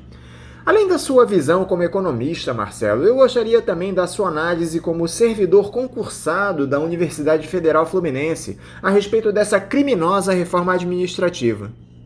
Anderson, a tua pergunta já qualifica da maneira correta, dá nome correto ao que é essa reforma administrativa. Essa reforma administrativa, ela faz parte da estratégia neoliberal de desenvolvimento, do projeto não só econômico, mas político e societário desse governo e do bloco de poder que sustenta esse governo, porque se trata de uma reforma administrativa que levará ao desmonte do Estado, portanto, a desconstrução do parco Estado e do setor público que nós temos no país, e isso, portanto, em relação a um país com todas as desigualdades que possui, é uma reforma administrativa criminosa. A desculpa, e não é nada além de uma mera desculpa, a desculpa é de que essa reforma administrativa, além de contribuir com o ajuste fiscal, serviria para acabar com os privilégios de servidores públicos, ao mesmo tempo que promoveria o aumento da produtividade justamente dos trabalhadores no serviço público. Isso é uma mentira deslavada. Do primeiro ponto de vista, do primeiro componente, justamente pela proposta de reforma administrativa mandada pelo governo para o parlamento, o que nós vemos é que justamente os setores mais privilegiados como setores do judiciário, militares e parlamentares, dentre outros, mantêm os seus privilégios. São justamente esses os setores dentro da estrutura da máquina pública que têm os privilégios e são justamente esses setores que serão preservados da reforma administrativa. Portanto, não se trata de acabar com os privilégios, porque justamente os que serão atingidos por essa reforma administrativa, é claro que ela tem ainda um longo caminho a percorrer de discussão no Congresso, mas com esse parlamento que nós temos, fica difícil esperar que a reforma administrativa tenha uma proposta melhor na discussão parlamentar. Portanto, o que essa reforma administrativa tende a fazer não só não acabar com os privilégios, mas manter e aprofundar a desigualdade nessa estrutura do Estado, mantendo os privilégios desses setores. E os outros componentes do Estado é que sofreriam as consequências dessa reforma administrativa. O outro argumento de aumento da produtividade também é falso, porque, na verdade, o que essa reforma administrativa vai fazer é justamente aumentar, ou voltarmos a um Estado pré-republicano, digamos assim, a uma forma de Estado onde os seus servidores, primeiro, só conseguiam estar ali justamente porque atendiam a interesses dos donos do poder, entrava-se e saía do Estado justamente se atendia ou não os interesses do dono do poder, portanto um clientelismo, e por outro lado, o outro lado dessa mesma moeda, o fato de que o servidor público, portanto, seja na área que for, ele vai estar muito mais preocupado com a perseguição que ele pode sofrer em função de alguma ação que ele implementar em prol do interesse público, e vai se preocupar justamente com o fato de que isso pode levar à sua demissão, por ter contrariado algum interesse de algum poderoso, de algum componente do bloco de poder. Lembre-se, por exemplo, do caso do agente ambiental que aplicou multas ao então deputado Jair Bolsonaro, que depois, agora presidente Jair Bolsonaro, tentou retalhar esse servidor público por ter feito o que fez naquele momento, ou seja, o servidor público, ao cumprir a sua função, se ele já estivesse em um ambiente marcado pela regulamentação dessa reforma administrativa, seria destituído. E no seu lugar, justamente, seria colocado alguém que, via clientelismo, alguém que sancionasse os interesses específicos daquela figura específica naquele caso. Um outro exemplo, e aí, digamos, mantendo o meu lugar de fala, eu sou professor da Faculdade de Economia na Universidade Federal Fluminense, sou servidor concursado, que significa que eu passei pelo teste, pelo crivo do concurso público, já em 2 concursos públicos, na Universidade Federal de Uberlândia, nos anos 90, onde eu comecei a carreira, e depois na Universidade Federal Fluminense, onde estou até hoje, eu passei pelo crivo do concurso público. Para passar nesse crivo do concurso público, além da prova de conteúdo, da prova didática, tem uma prova de títulos, ou seja, eu tenho uma trajetória pessoal que ou seja, eu tive a obrigação de passar por todo um processo de formação, não só em termos de graduação, de mestrado, de doutorado, que me habilitasse a participar desse concurso público. E uma vez passado no concurso público, eu assumi a minha condição de professor da universidade pública. Eu sou avaliado todos os anos, portanto, naquele argumento do aumento da produtividade, sou avaliado todos os anos, eu tenho que preencher relatórios e relatórios sobre aquilo que eu planejo fazer e aquilo que eu fiz em relação àquilo que eu planejo fazer, e com base nesses relatórios, eu sou avaliado. A progressão na minha carreira não é uma progressão automática, eu sou avaliado inclusive em função desses relatórios, e portanto eu tenho que manter a minha produtividade no passar do tempo para poder ser promovido na carreira. O que significa dizer que aqueles privilégios alentados pelos defensores dessa reforma administrativa, eles, pelo menos onde eu estou, onde eu trabalho, eles não existem. Eles existem em outros lugares, que são justamente os lugares onde a reforma administrativa não vai entrar. Uma última coisa importante que eu queria ressaltar em relação à reforma administrativa e o desmonte do Estado é que a situação caótica que nós vivemos no Brasil em termos de expansão da pandemia, das mortes, etc., só não foi pior, e olha que nós somos campeões mundiais em relação a isso, só não foi pior porque esse desmonte do Estado, que já vinha há algum tempo, por conta das lutas dos trabalhadores, dos servidores públicos, conseguiu preservar algo ainda na estrutura do SUS, do Sistema Único de Saúde. Se não fosse a manutenção desse já muito vilipendiado Sistema Único de Saúde, a nossa situação, não só sanitária, mas inclusive econômica, seria muito pior, porque se não fosse o Sistema Único de Saúde, nós não teríamos o atendimento que nós tivemos aos brasileiros e brasileiras que sofreram, estão sofrendo e ainda sofrerão os efeitos dessa crise pandêmica. Para encerrar, Marcelo, nós temos a renovação desse regime de recuperação fiscal do Rio de Janeiro sendo discutida entre o governador em exercício Cláudio Castro e o governo federal. Me parece que as renúncias fiscais concedidas pelo Estado seriam o maior empecilho para essa renovação. Você acredita que o Rio de Janeiro conseguirá superar esse entrave e renovar o regime? Há uma saída para a economia do Estado que não passe pelo regime de recuperação fiscal, Marcelo?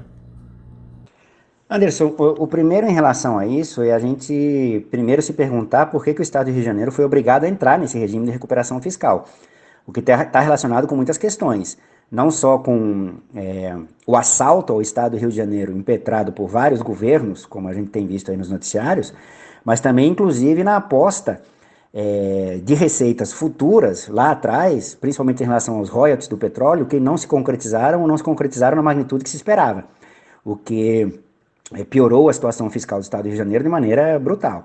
Isso é uma primeira questão. Isso tem que ser cobrado de quem ali estava, de quem que eram os responsáveis naquele momento. A outra questão é que esse regime de recuperação fiscal, ele não é a garantia de resolução dos problemas. O que ele faz em troca do compromisso do governo do Estado do Rio de Janeiro de aprofundar o ajuste fiscal e inclusive promover algumas privatizações, um mero alívio de curtíssimo prazo que faz com que o governo do Estado do Rio de Janeiro não tenha que honrar a dívida nesse período de curto prazo com a União. Portanto, é um alívio meramente de curto prazo, não é uma resolução do problema. É claro que a não renovação desse regime de recuperação fiscal traz problemas, porque isso significará imediatamente que o governo do Estado do Rio de Janeiro se verá na obrigação de, no curtíssimo prazo, ter que pagar o serviço da dívida com a União, o que fará com que grande parcela do orçamento do Estado do Rio de Janeiro seja direcionado meramente para o pagamento dessa dívida, o que aprofundará ainda mais o desmonte do Estado do Rio de Janeiro em várias outras áreas que dizem respeito a despesas não financeiras, saúde, educação, habitação, etc, etc. Portanto, sem o regime de recuperação fiscal você tem uma piora do quadro de curtíssimo prazo, eu gostaria de lembrar que, mesmo que esse regime de recuperação fiscal seja renovado, isso não resolve os problemas do Estado do Rio de Janeiro, porque ele traz consigo também a lógica do desmonte do papel do Estado no âmbito regional. Haveria outra saída sim, se o plano do governo federal, se a estratégia econômica do governo federal não fosse exatamente essa, de mudar os marcos estruturais da sociedade brasileira, desmontando o Estado e garantindo maior presença do setor privado. Justamente o que o governo federal está tentando fazer, nesse caso específico do regime de recuperação fiscal para o Estado do Rio de Janeiro, é jogar para baixo essa lógica do desmonte do Estado.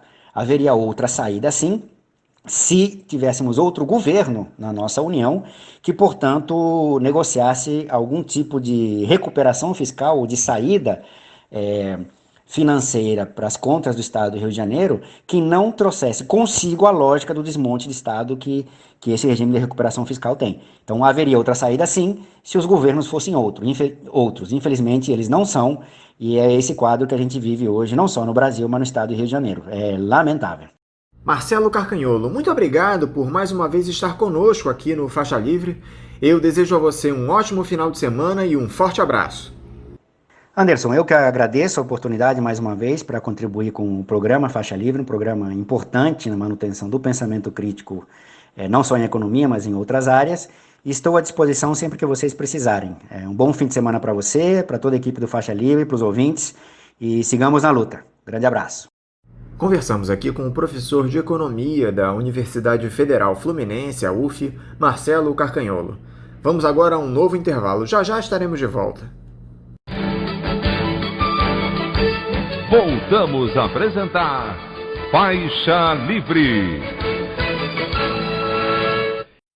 Já voltamos, ouvintes, e agora eu cumprimento a membro da Rede Jubileu Sul e vice-presidente do Instituto Políticas Alternativas para o Cone Sul, o PAX, Sandra Quintela.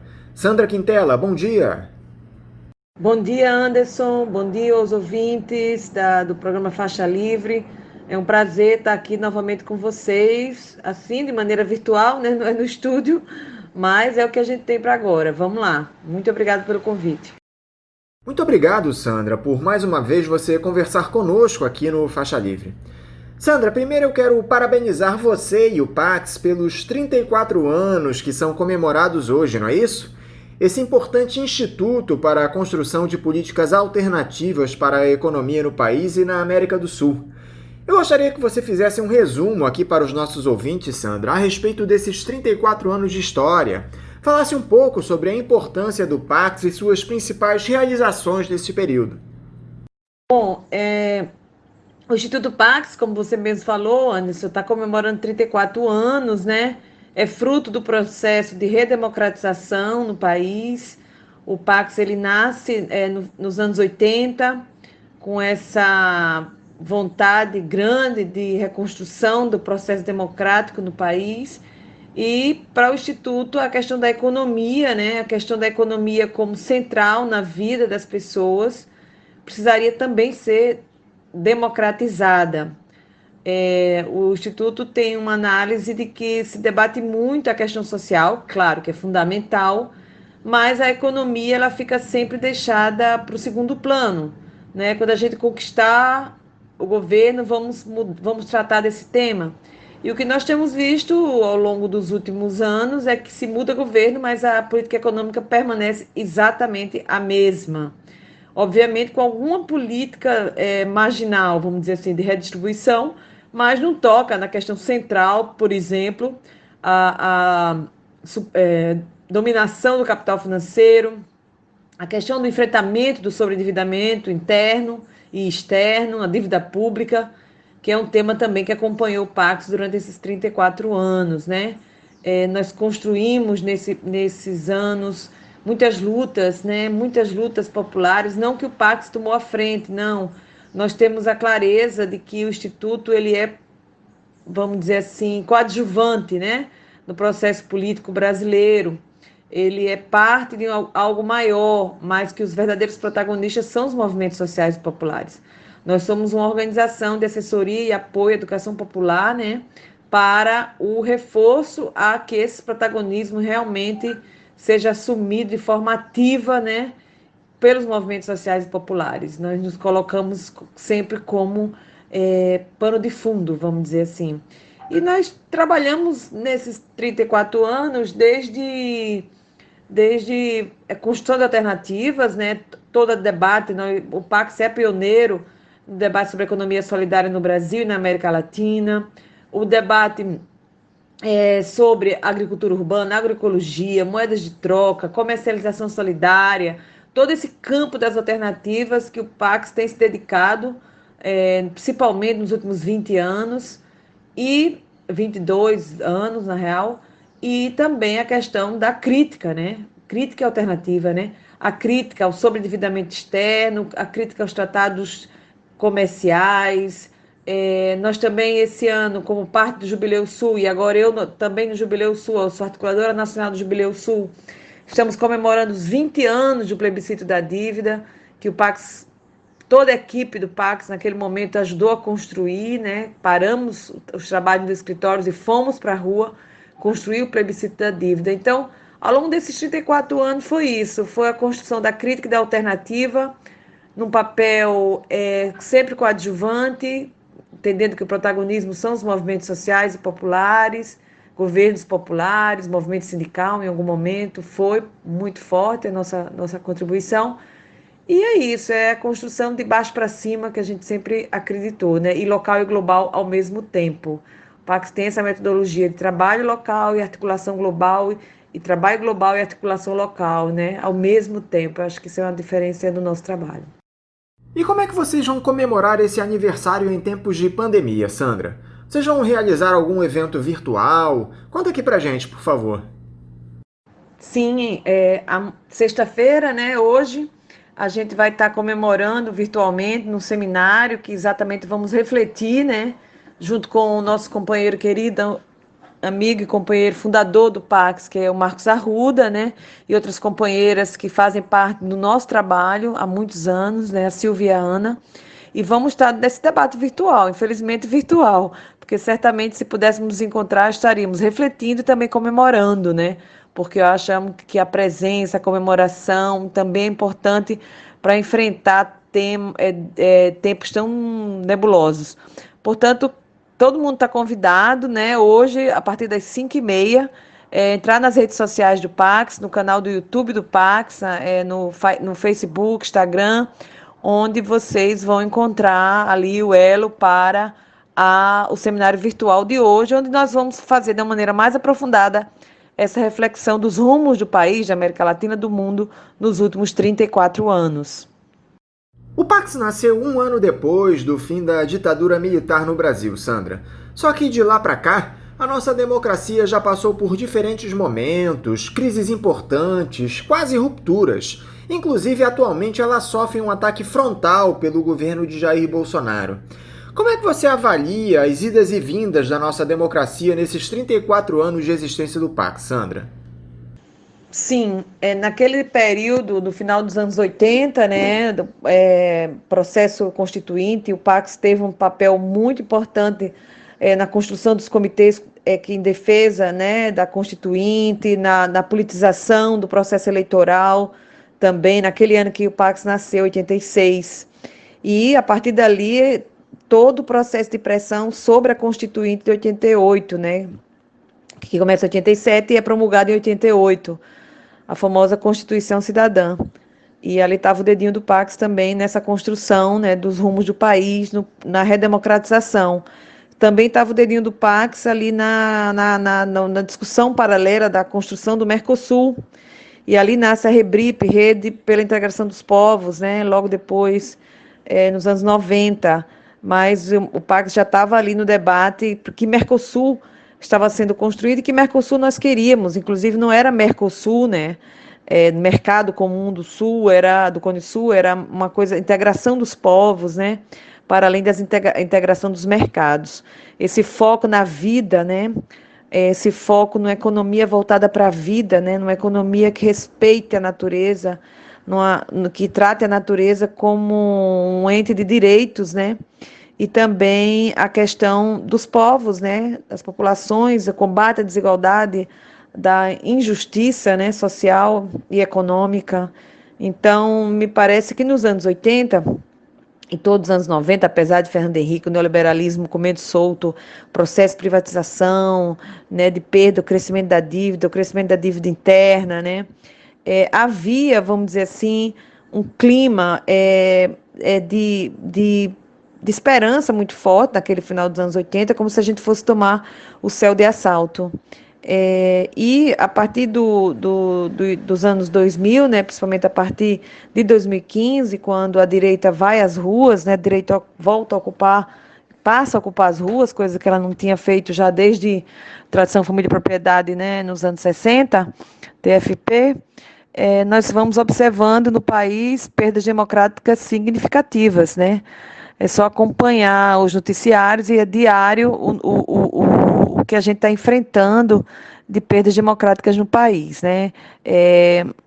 Nós vivemos um estado de exceção, nós vivemos um quadro não só de uma ditadura do capital financeiro, porque quem rege, quem regula, quem manda na economia são os bancos, né? E nós temos o Paulo Guedes, que representa fundos de pensão, bancos, etc., inclusive parte desse sistema, né? E nós estamos vendo cada vez mais a democracia sendo capturada, a democracia sendo cerceada e a democracia cada vez mais como algo que está lá distante, que a gente quer um dia conquistar. Uma democracia tão frágil já que nós tínhamos no Brasil nesse período desde a redemocratização, né? Talvez o período mais longo que nós vivemos uma democracia. E esse governo Bolsonaro realmente significa um cerceamento às expressões das diversas formas, né?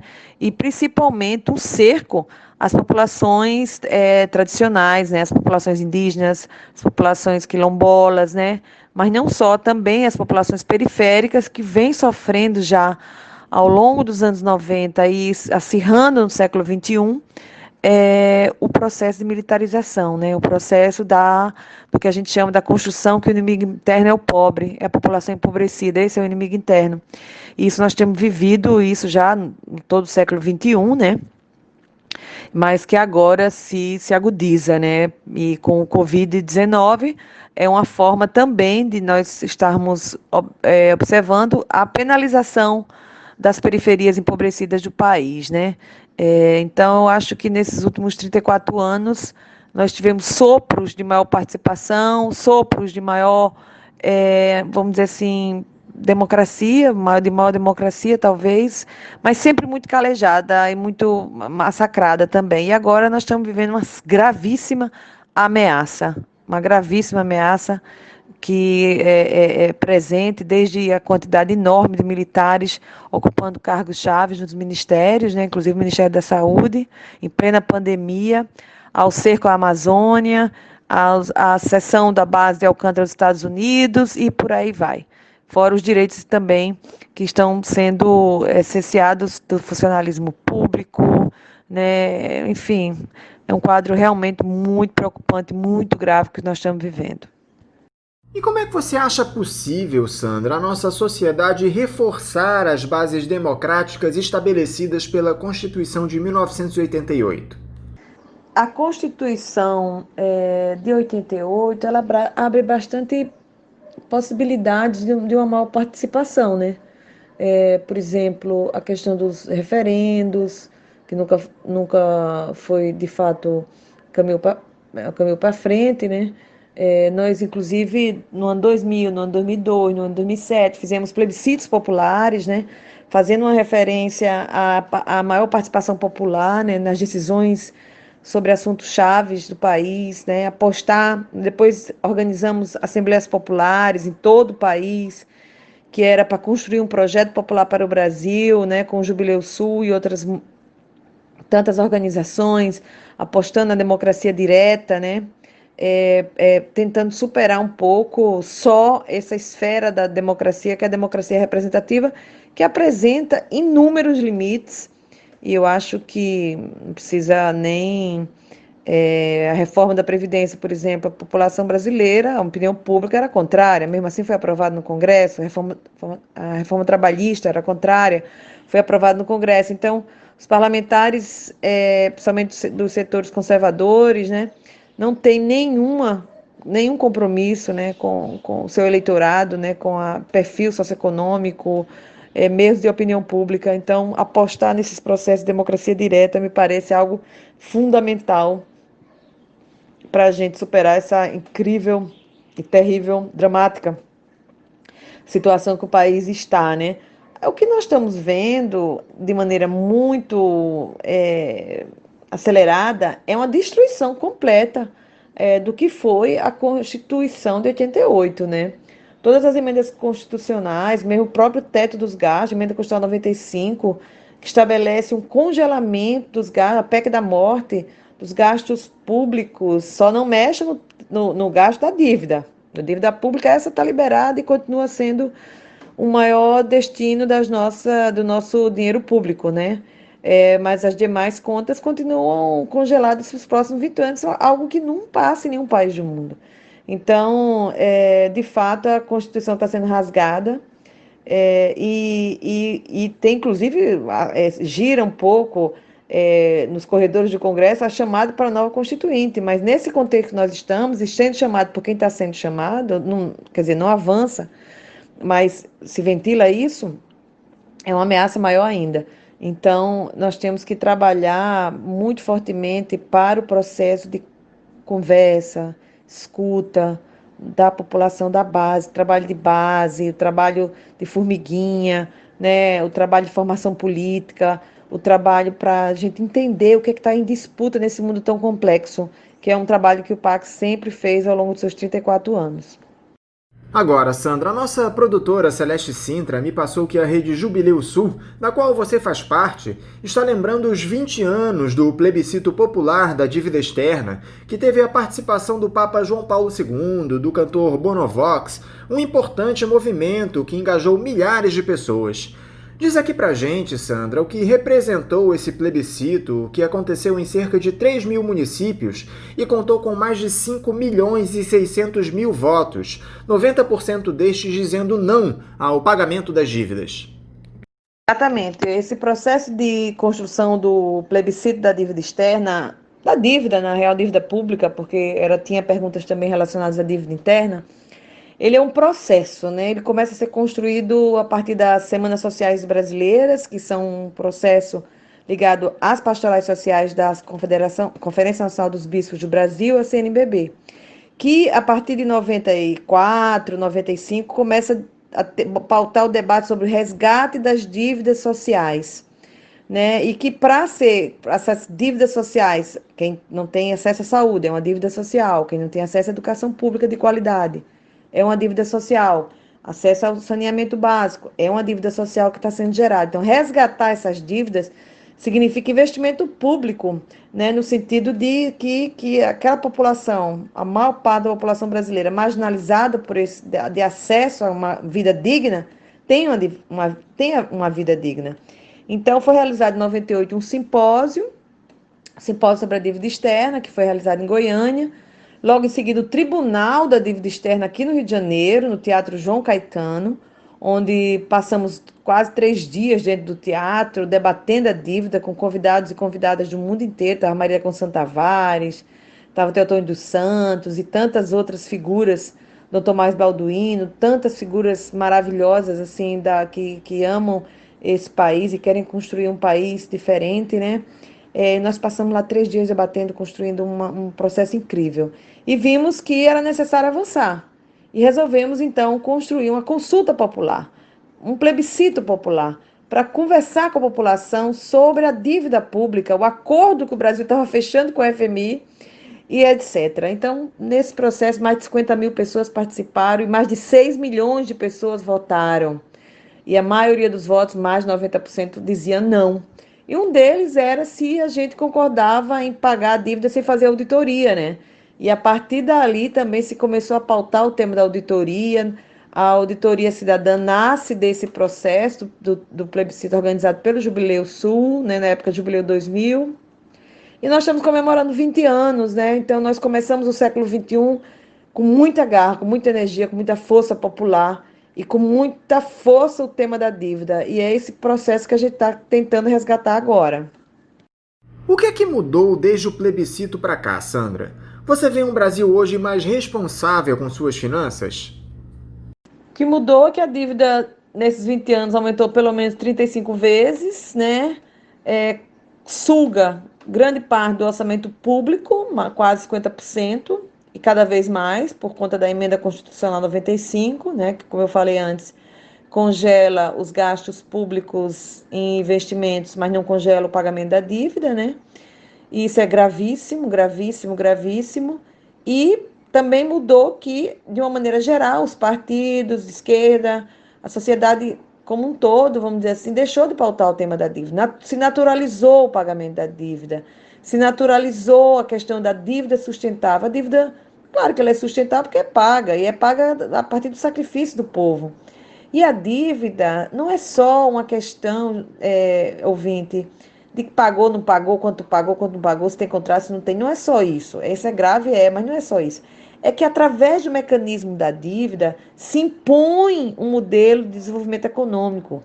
A partir do modelo de sobreendividamento, se perde soberania, se estabelece as bases para uma estrangeirização, se estabelece as bases para uma perda de controle sobre os recursos e riquezas naturais. Então, o tema da dívida é muito mais complexo. O capital financeiro, por exemplo, né? Todo mundo fala da hegemonia do capital financeiro na economia globalizada. Mas quem garante a expansão do capital financeiro? A dívida pública. Porque é a dívida que é o trampolim para essa salvaguarda. Como? Por garantias futuras, ou seja, o título que está sendo comercializado, especulado, derivativo do derivativo do derivativo, o título do título do título, que está sendo negociado no mercado financeiro internacional, ele tem um lastro, que é a dívida pública, ou seja, a possibilidade de ser resgatado no futuro, ou seja, é uma venda do futuro. A dívida vende a possibilidade de ganhar dinheiro no futuro para os bancos. Essa é a dívida. Então, a dívida é o motor, é a força motriz do capital financeiro, mas que fica invisibilizada. É impressionante, mas essa é a pura verdade. Para finalizar, Sandra, como é que vocês lá do Pax estão vendo essa proposta de reforma administrativa enviada pelo governo federal ao Congresso? Bom, nós ainda não conversamos no Pax, né? Eu sou vice-presidenta, não estou no dia a dia da equipe, mas nós não conversamos sobre esse tema da reforma administrativa. Mas, pelo que a gente está acompanhando, né, de fato, significa exatamente ter relação direta com o que eu falei anteriormente, né, perda de soberania, né? À medida que se enfraquece o corpo do Estado, né, o corpo técnico do Estado, se passa a ter o quê? Se passa a ter terceirizados, se passa a ter comissionados, isso se perde totalmente o controle, porque você deixa de ter política de Estado para ter política de governo, você precariza os serviços públicos e quem vai ser penalizado é a ponta. Quem vai ser penalizado é os mais empobrecidos que acessam principalmente os serviços públicos e cada vez mais a classe média, mas a base do acesso ao serviço público é os mais empobrecidos, né? E além do que, essa reforma administrativa de forma alguma toca nos privilegiados, que são a minoria no serviço público, mas que existem, e essa reforma administrativa não toca. Então, em resumo, penaliza os de baixo e homenageiam, vamos dizer assim, isentam os de cima. É tremendo.